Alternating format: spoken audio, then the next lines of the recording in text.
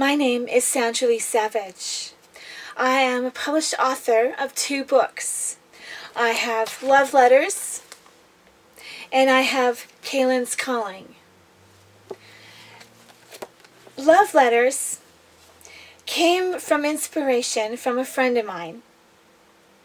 I said to her that I used to write a lot, and she said, "You should do something with your writing." And so a little while later, I started writing an email, and this email was to two very important people in my life. And at the end of the email, I said, "I hope that I can write you more love letters." And from that, I thought, love letters, hey, I should write a love letter. And so, started my love letters book. And at the same time of writing love letters, I started writing another book, Kaylin's Calling. And a little while into the Kaylin's Calling, I got back focused on love letters, and so I continued to write love letters. When I finished Love Letters, I published it, and then it became a book. And then at the end of Love Letters, I started writing Kaylin's Calling again. And now I have 2 published books. Tonight, March the 20th, 2014, at 6:22 p.m., I am going to write a love letter. I'm going to read a love letters that I wrote dedicated to my late husband, who committed suicide on March 30th, 1997. In the wake of Andrew's death, I got really sick, and I experienced a lot of, effects and affects from Andrew's suicide. And I experienced nightmares, and I had night terrors, and I got really, really sick.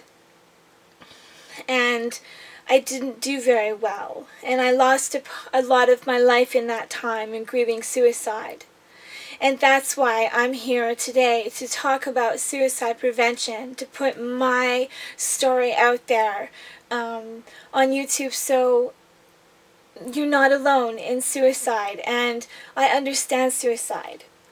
And so right now, I'm going to read the letters that I wrote. It's dedicated to my late husband, Andrew. It's called Green Pastures. And just to let you know that my emotions with this letters is true, and I can't read it without crying. So be prepared. Green Pastures. I wrote it on December 27th, 2010.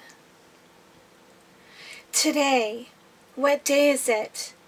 I continue to wipe my loud tears as they yell their way out of my body.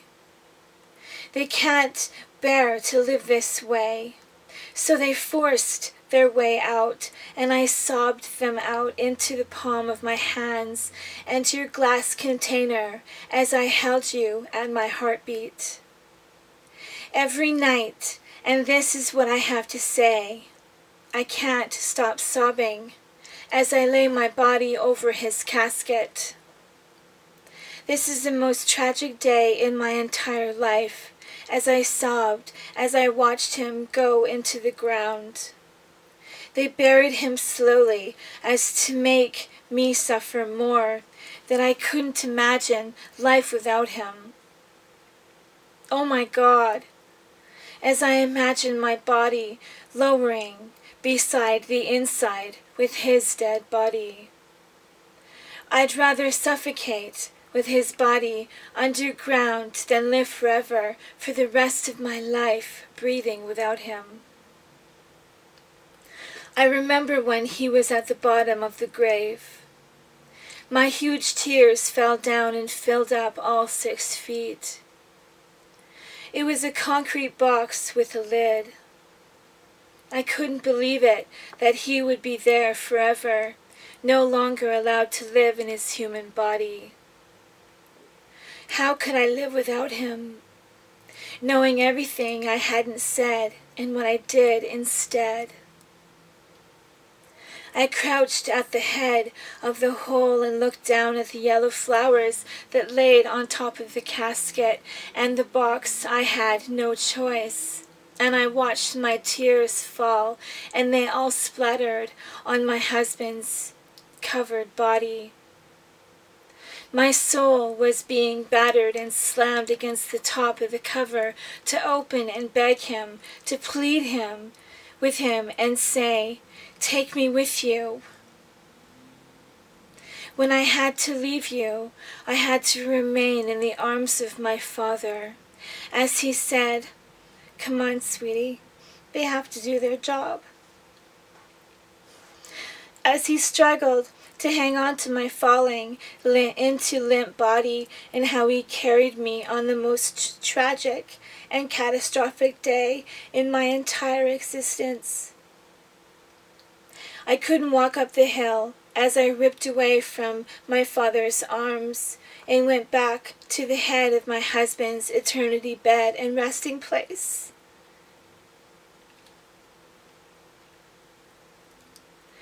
As he lays in his stillness and laying in green pastures, to never hear your voice again, to never sleep by your side, as now I am a widow, alone in my isolated world, that I took in comfort at night when the world slept, and I sobbed to you in the quietness of my jail of sorrow and torment and agony.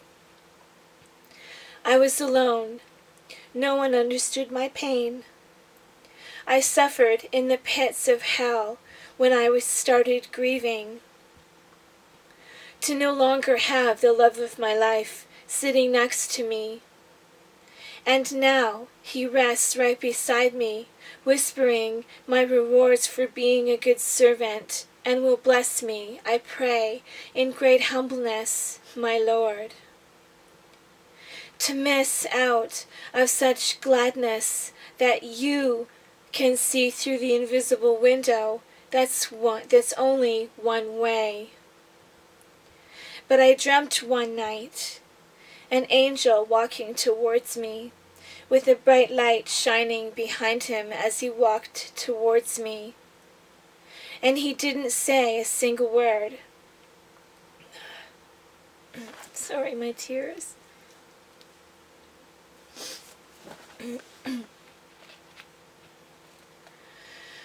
He just looked at me, and then he was gone. And then, the following night, I dreamt of the angel walking towards the light that shone in front of him. I watched as you walked away, and I woke up and I knew something was wrong with you. I had a pit-gut bad feeling about you, and I asked if you were okay, and she didn't know either.